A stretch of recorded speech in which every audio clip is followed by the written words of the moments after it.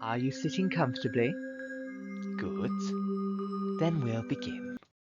Hold on, wait a minute, The Wire, if that is who you say you are.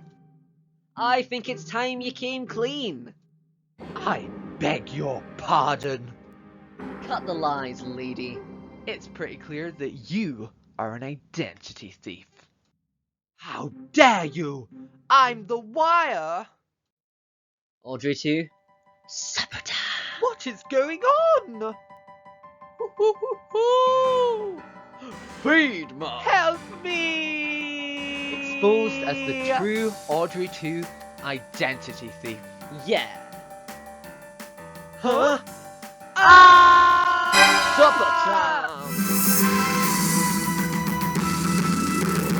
Little Shop of Horrors is a brilliant musical. It's best known for its man-eating plant, named Audrey 2, and the story itself is pretty iconic.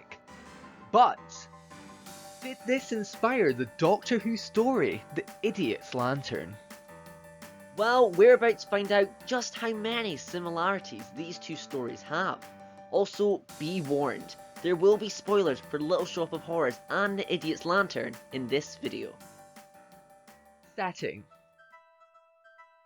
Little Shop of Horrors is set in a rundown street flower shop and is set in the 1960s.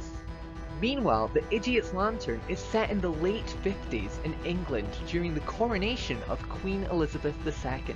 A TV shop also plays a large role in this story. Coincidence? Perhaps. Characters. It goes without saying that the characters of Little Shop of Horrors have defining characteristics. From Seymour to Audrey to Mushnik to Oren the dentist. When watching The Idiot's Lantern, we began to realise that some of its characters could very well be based on the characters in Little Shop of Horrors. Seymour, a man who works in a flower shop and feeds an alien plant with other people's blood, first his own before he sacrifices others. This plant makes him famous until Seymour loses complete control and the plant kills him. And then there's Mr. Magpie, who owns a TV shop and is approached by an alien called The Wire. It feeds on brain activity and often leaves its victims faceless. Magpie becomes well known for his TVs while under the control of The Wire. In the end of the episode, The Wire kills him also. Oren the dentist, an abusive boyfriend who is quite horrible to Audrey in the movie. Eddie Connolly, a man who is pretty mean and patronising to his wife Rita. However, Oren meets a more grisly end than Eddie does.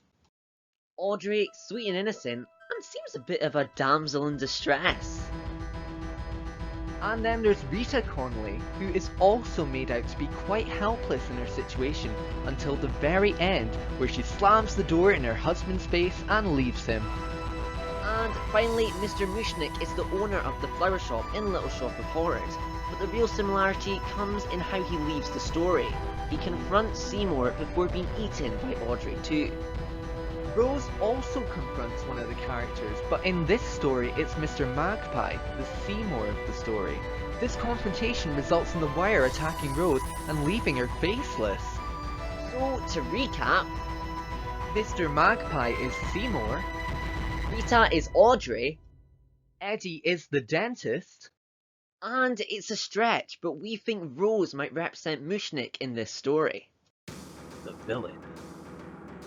Well, both of the villains are evil, and both of them act somewhat like a friend when their intentions are to take over the world. Audrey too manipulates poor Seymour to become a murderer before taking over the world and bumping off Seymour in the process. But on the other hand, in true Doctor Who fashion, The Wire does not succeed in taking over the world because the Doctor stops it. In conclusion, Well, if you ask us, The Idiot's Lantern has to be at least inspired by Little Shop of Horrors. There's way too many similarities. the story, the villain, the motive, the setting, and the characters are all very close to the iconic musical. And we're not the only ones who have noticed the two stories are very similar. Well, what do you think? Is it based on Little Shop of Horrors? Let us know down in the comments below. If you enjoyed this video, please feel free to click that red button below to join the adventure. This actually marks 1 year exactly since our first crossover video when we crossed over with Avengers Endgame in 2019. So you can definitely expect more crossovers from Doctor Who in future. I've been Christopher. And I've been Lewis. And you've been... Brilliant! Every night, every day, cause we're so into it. Don't think I could ever quit. Next in 2005, it's taking over our life.